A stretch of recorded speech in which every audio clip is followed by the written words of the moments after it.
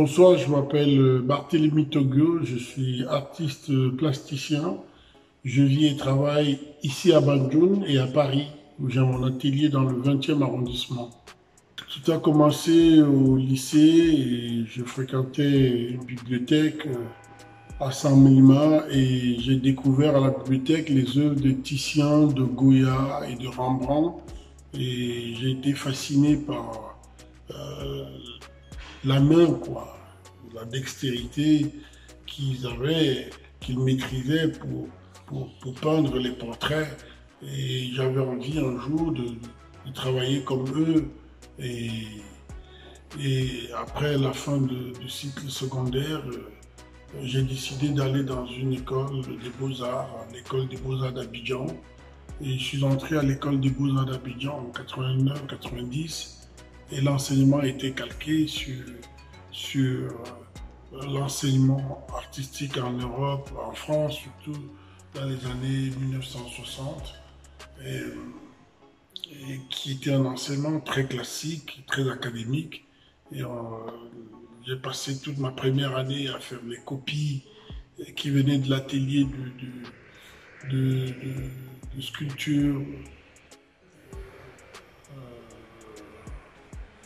du Louvre.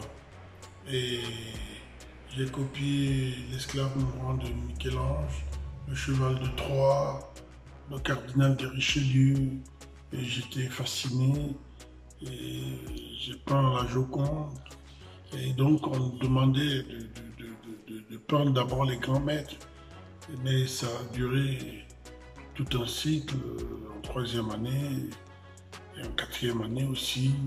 Et à un moment, j'ai demandé un transfert pour aller dans une école des beaux-arts en France. J'ai postulé dans trois écoles. L'école d'art de Dijon, de Bourges et de Grenoble. J'ai été admis à l'école supérieure d'art de Grenoble. Par contre, on m'a admis en, en deuxième année. Et donc, j'ai découvert dans cette école le travail avec les ordinateurs, travailler sur Photoshop dans les années 93. Et je me suis travaillé la photographie, j'ai découvert la performance. Et après 4 années dans cette école, j'ai obtenu une bourse pour l'Académie des Beaux-Arts de Düsseldorf.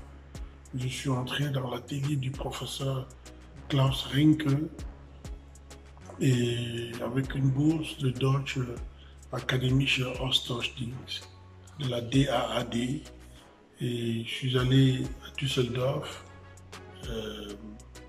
J'ai passé 2 années dans la classe du professeur Rinke et j'ai arrêté mes études en l'an 2000. Je me suis installé à Paris, sachant qu'en l'an 2000, j'ai été invité à la Biennale de Lyon, mais en 1999, étant à Düsseldorf, j'avais été invité par Hans Ulrich Obrist pour l'exposition Migrateur au musée d'art moderne de la ville de Paris. Migrateur. Et donc, j'ai fait cette expo Migrateur et Jean-Hubert Martin a vu mon installation à la salle Raoul Dufy et il m'a invité à la Biennale de Lyon, partage d'exotisme. Et, et je lui ai fait une proposition d'un projet où il me fallait travailler pendant un mois à Lyon, à la halle Tony Garnier. Et j'ai fait une installation gigantesque. Et c'est donc le 26, 27, 28 juillet, juin l'an 2000. J'avais les journées professionnelles. J'ai reçu plein de galeries. Et tout part, mon ascension part de la Biennale de Lyon 2000, partage d'exotisme. À la Biennale de Lyon, j'ai rencontré pas mal de gens. Puis je suis entré à la galerie Anne de Villepoix et toutes les années, 2001, 2002, 2003, c'était la Biennale de la Havane, la Biennale de Séville, Et ainsi de suite. C'était des biennales après biennales, expositions dans des musées, dans les foires à Basel, Unlimited. Voilà. Quand je me suis installé à Paris en l'an 2000, je me suis dit très tôt, très vite que j'avais une mission pour l'Afrique. Je devais restituer, redonner quelque chose à l'Afrique. Et donc, ce que je pouvais donner à l'Afrique, c'était de revenir sur le continent, de monter un projet. Et j'ai quitté mon atelier et je suis venu débuter le projet de Banjo Station parce qu'il y avait vraiment cette carence de lieux pour montrer le travail en Afrique et aussi l'idée que les travaux des artistes contemporains africains n'étaient pas, ne restaient pas sur le continent. Et voilà, je suis venu, j'ai débuté ce chantier qui s'est achevé en 2008.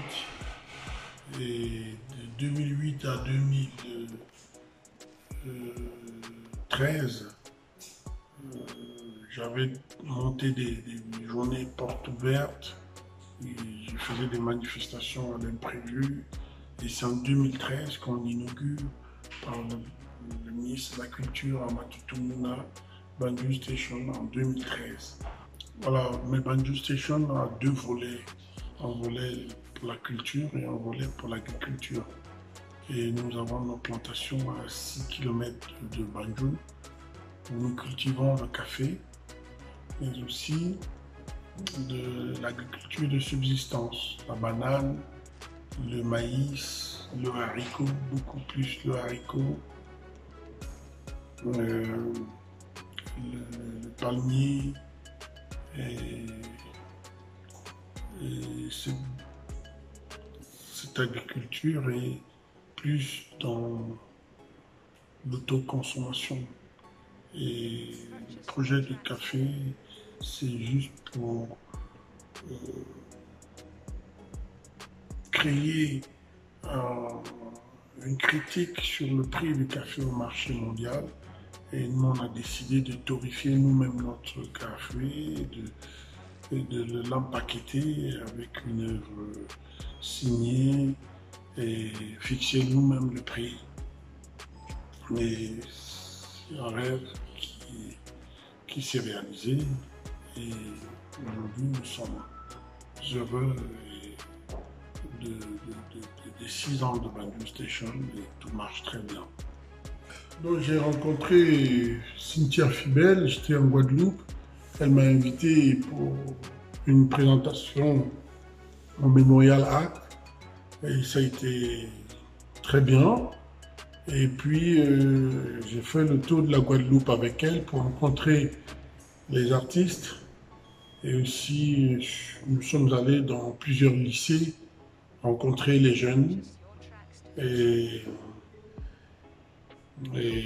ça a été un très bon séjour qui a été plus sur les rencontres, aller vers les gens qui vivent là-bas.